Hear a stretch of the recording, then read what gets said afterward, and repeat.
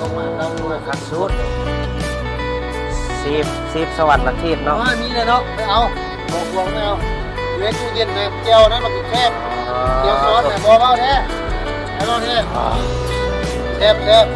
ล้วรถหน้าแมวขัดประเภทแรกขัดประเภทแรกขัดลูกดูดใช่ไหม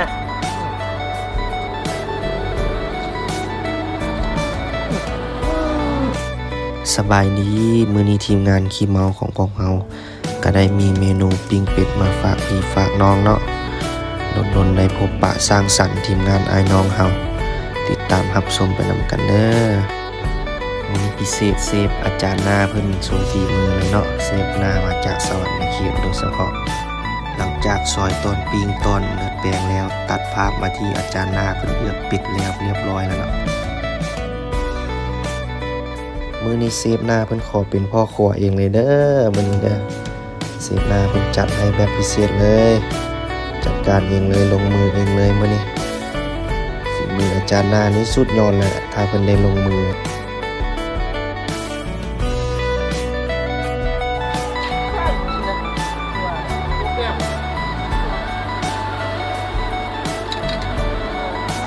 มื้อนี้มีPRมื้อนี้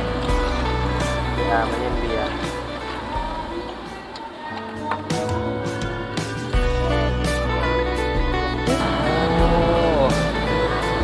เอาพ่อครัวเฮามาจะจอกก่อนว่านหอมปากหอมคอก่อนทึกใจสุดเลยเนาะโอ้ปิ้งไหม้แล้วปิ้งไหม้แล้วเช็ดกูบ่เนี่ยทีกูกิน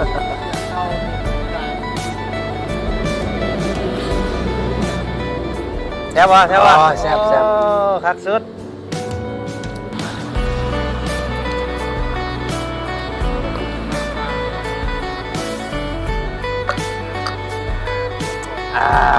คักสุดยังวันนี้เลือดแปลงวะแปลงนะโอ้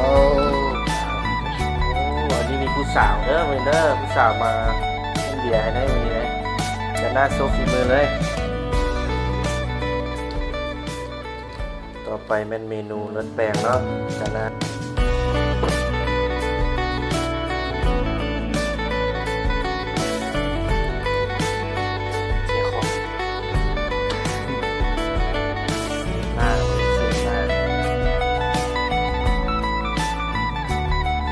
จังได้นี่เลือดแปลงนี่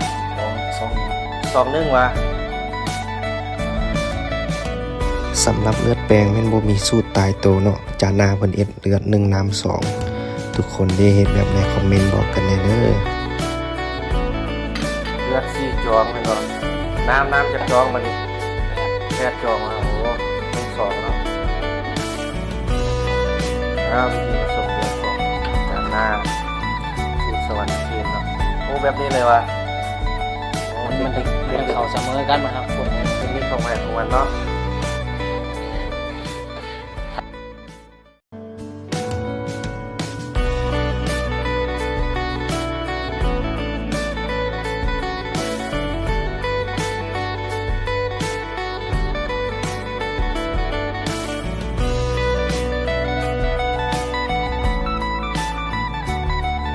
เอาหลังจากรอท่าให้มันเครียดยกเบียร์กันเนาะนะเอาทำฟังเสียง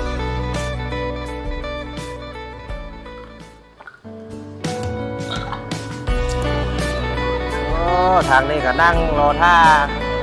สาวปิ้งเป็ดให้กินนอกป่าทรายเขาเนี่ยโอ้ครับสุดจากรอท่าปิ้งสุกแล้ว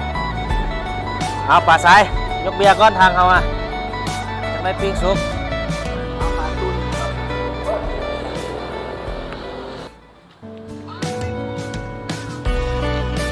โอ้อันนี้เป็นจีตุ้นเนาะนี่เนาะ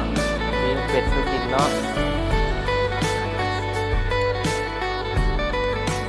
อันนี้พิเศษจีตุ้นเป็นหมกปิ้งเป็ดเด้อมันเป็นไรจานนะจะแปลงเป็นยังวะลองมึงดูแซ่บวะเอาแปลงดูคักสุดซีบสวรรค์ละทีเนาะมีเลยเนาะไม่เอาบอกลงไม่เอาอยู่ในตู้เย็นเลยเจียวนั้นมันแคบเจียวซอสแต่บอกเอาแท้แล้วรถแท้ แซบแซบ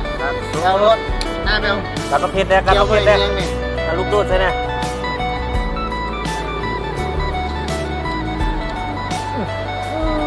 เกี่ยวให้ตู้เย็นนะ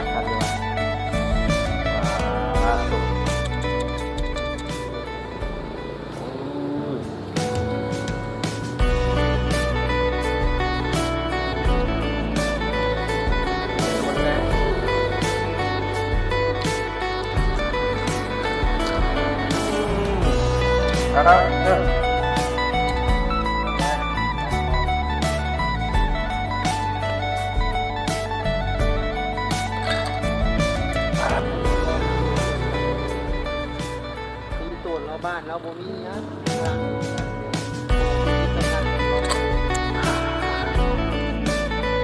ตัดภาพมาหลังจากกินข้าวอิ่มแล้วก็นั่งจิบเบียร์ลมกัน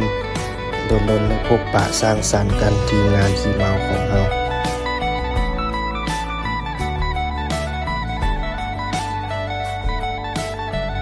ตัดภาพมากินเบียร์กำลังแซ่บฝนตกเอาเข้ามาหลบฝนสะก้อนฝนเศร้าจึงว่ากันอาจารย์นาเป็นว่าขอบใจพี่น้องติดตามรับชมแต่ต้นจนจบฝากกดติดตามเลยเด้อคลิปหน้าพบกันใหม่